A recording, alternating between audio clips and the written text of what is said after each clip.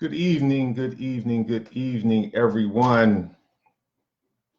Just wanted to come at you for a couple minutes. As you know, we are doing this series, or you might not know, but we're going to be doing a series to the end of the year on just success principles, credit, the power of credit, different things you can do, um, different business principles, just a lot of different things that we're going to be going over till the end of the year so you can have your 2020 vision. And so what I'm going to bring tonight is just a couple effective uses of your credit cards. And something we think about all the time and probably heard of several times. I'm just bringing it to you just again because they say repetition is the mother of learning. And this is something that we really have to make sure that we know and that we can teach to our kids. And so just a couple quick things. One, one of the hardest things that we can do is it's the most challenging, and the reason why a lot of times we get into credit challenges is because we don't pay our credit bill on time. So one of the things you can do is make sure that you can pay your bill on time every month. That is one of the biggest things that affects your credit score is your payment history. So, it's a challenge for us, but we got to be more disciplined and responsible in our financial management so that we don't get in those challenges. And we know that sometimes things come up that we got to make emergency purchases or different things, but we can't continue to do and make purchases just based on emotions, because a lot of times that what gets us into trouble. And so we're not talking about the person who may have lost their job and they're living off of this thing. You just probably need to make more money at this point in time. And that's something we can help with here at our business also. But mainly, it's just making sure you take responsibility of keeping your credit cards manageable. The second thing is to keep your balance below 30%.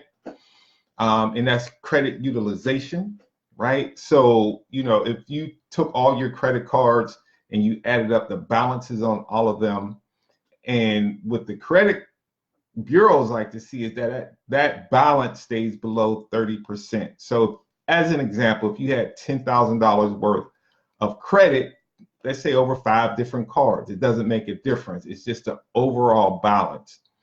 And you would want to keep that under $3,000, that balance, because once it starts going over, the credit card thinks you're starting to get into trouble because you're using more credit than cash and maybe going in over your head. So they start to ding your credit score and it starts to go down.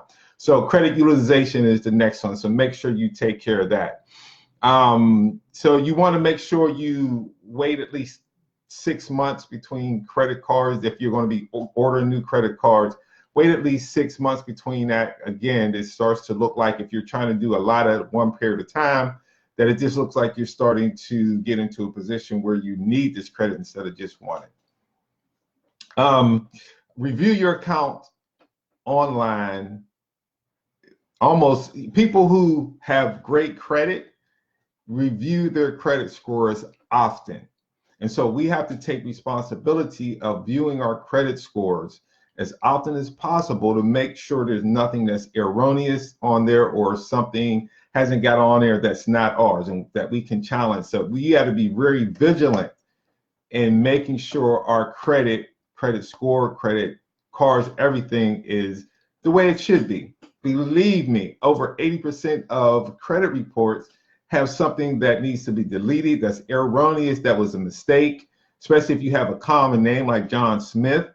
That is something that happens all the time. So make sure that you are looking at your credit reports all the time.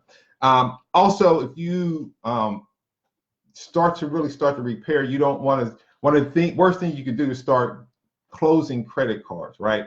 Because another thing that goes into your credit score is the length of your credit. Like, how long have you had credit? And so you don't want to start cutting off credit cards. So anything that you have that's an older credit card, especially if it has no annual fee, you want to make sure that you keep that open so that your credit history can stay. So let's say you had a card that was 10 years, you done had it 10 years paying good on it, or not paying good, don't make a difference.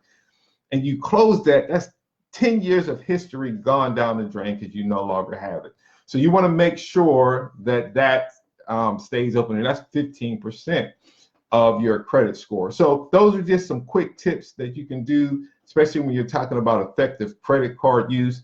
And we'll be going over some other tips over the next few months. So please like, share, and comment on this so that we can know that we're doing a good job for you, that we're bringing you some value, some content. Again, my name is Gordon Manker, and I deal with credit repair. So if you're looking to get your credit repair, you can DM me, comment down here. I'll help you any way I can. Hey, Angel, Keith, Alicia, Mike, Brandy, Mark, Gary. Hey, just trying to do what we can, again, to help people. We are in the service business and want to service you as much as we can. So again, if you have any credit related problems, get with me. We can help you repair your credit, and we do it real expeditiously. So again, just wanted to bring you a little information, a little content this evening.